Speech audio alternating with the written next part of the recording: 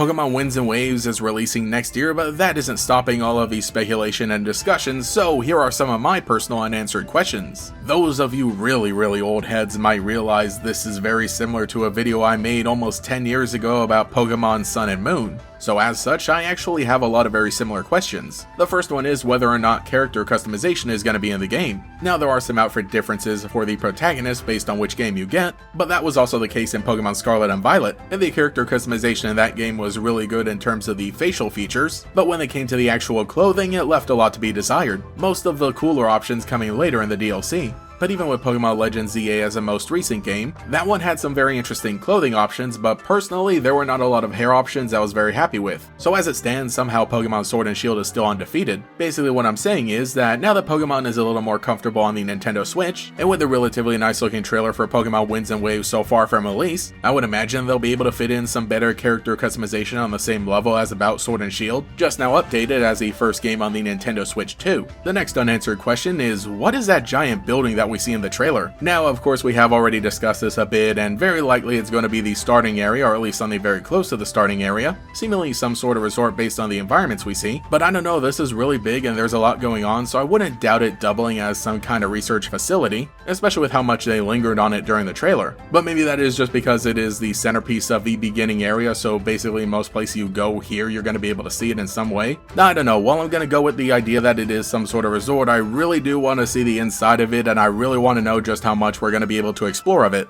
Given how buildings were in Scarlet and Violet and just a bit in Legends ZA, I would at least hope with this one being such a large building there's a lot to it. The next question is, what is the region we'll be exploring? They're definitely going to hold off until later when it comes to telling us the name of this region, but when it comes to a lot of keen-eyed fans, they've determined that this region appears to be very influenced or inspired by Southeast Asia, specifically Indonesia, and I think that is a really fun idea, a relatively unexplored space when it comes to video game inspirations, and also it is an area of the world where Pokemon has a very strong presence. Unless you're somebody who lives in that area or someone who researches various things about Pokemon, you might not know that. But yes, in Southeast Asia there are a lot of really cool official Pokemon experiences and even some video games that are only accessible there. There is a reason that the trailer for Pokemon Winds and Waves got so many more millions of views on the Asian English channel rather than the regular channel. But on top of that, the Asian English channel is just the most subscribed to channel when it comes to the official Pokemon outlets. So while we generally know the inspiration of this region, what I want to know is just how deep we're going to go when it comes to that inspiration in terms of things like the story, the other Pokemon we get to see, and other elements of the style. So while still talking about the region, that brings us to some of the Pokemon that we get to see there. From the trailer we get to see a lot of returning Pokemon, and that's really great. Tropius is even there, a personal favorite of mine, so I really want to see how it's utilized in this region, and whether it'll get some sort of stat boost, additional moves, heck even evolutions or alternate forms of evolutions or whatever. We also do see Wailord, and what I want to know is just how big it's gonna be, because as we know in Pokemon Sword and Shield, which utilize the separate area for a battle, Wailord was kind of shrunk down. That was kind of fixed later in the Isle of Armor DLC, where there was a giant Wailord that was a one-of and respawned sometimes, but basically that is supposed to be Wailord at the true size. With modern Pokemon games now having battles that take place in the overworld, I definitely don't expect Wailord to be that big all the time, but with how Dondozo was in Pokemon Scarlet and Violet, I think that's perfectly fine. And heck, even Alpha Dondozo in Pokemon Legends ZA. So generally I think that maybe Wailord is gonna be about the same size as Dondozo, and that's a good way to deal with things going forward. That does also bring us to brand new versions of returning Pokemon, those being regional variants. Regional variants were first introduced in Pokemon Sun and Moon, and because that was the first game we saw them introduced as well as it being an anniversary game, we got a good handful of regional variants. Though in Scarlet and Violet there were even less regional variants, choosing instead to also focus on things like convergent Pokemon, and then the Paradox Pokemon later on in the game, but because Winds and Waves probably won't be focusing on the Paradox Pokemon itself, I imagine that there's a lot more room for regional variants, especially with how different this area is going to be compared to others we see in Pokemon, also reflecting the insane biodiversity that we see in the real-life Southeast Asia. So with this effectively being the 30th anniversary game for Pokemon, I would imagine we get a good amount of regional variants. When it comes to the starter Pokemon, I really have no idea what the theme could be,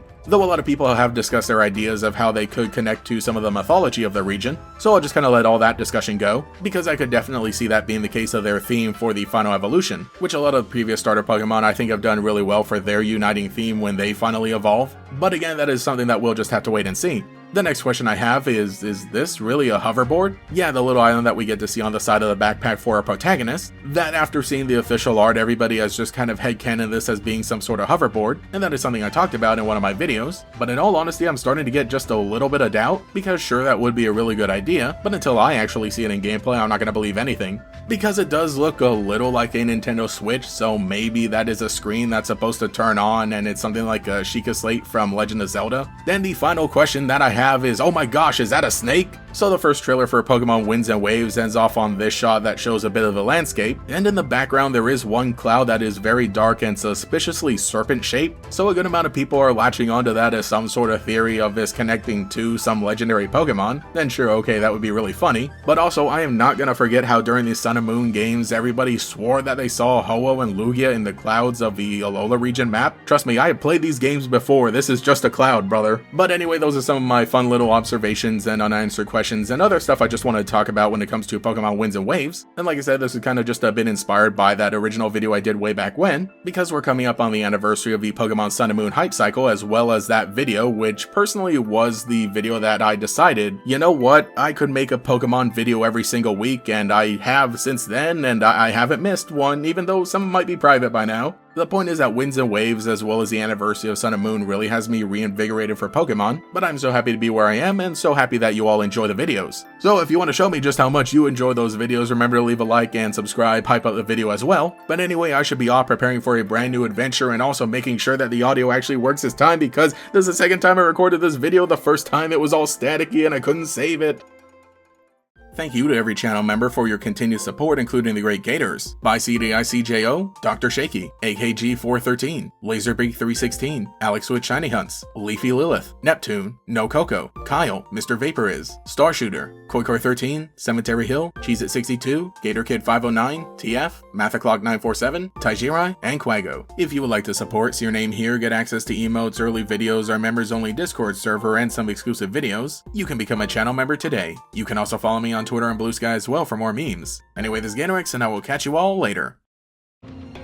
You can discover new Pokémon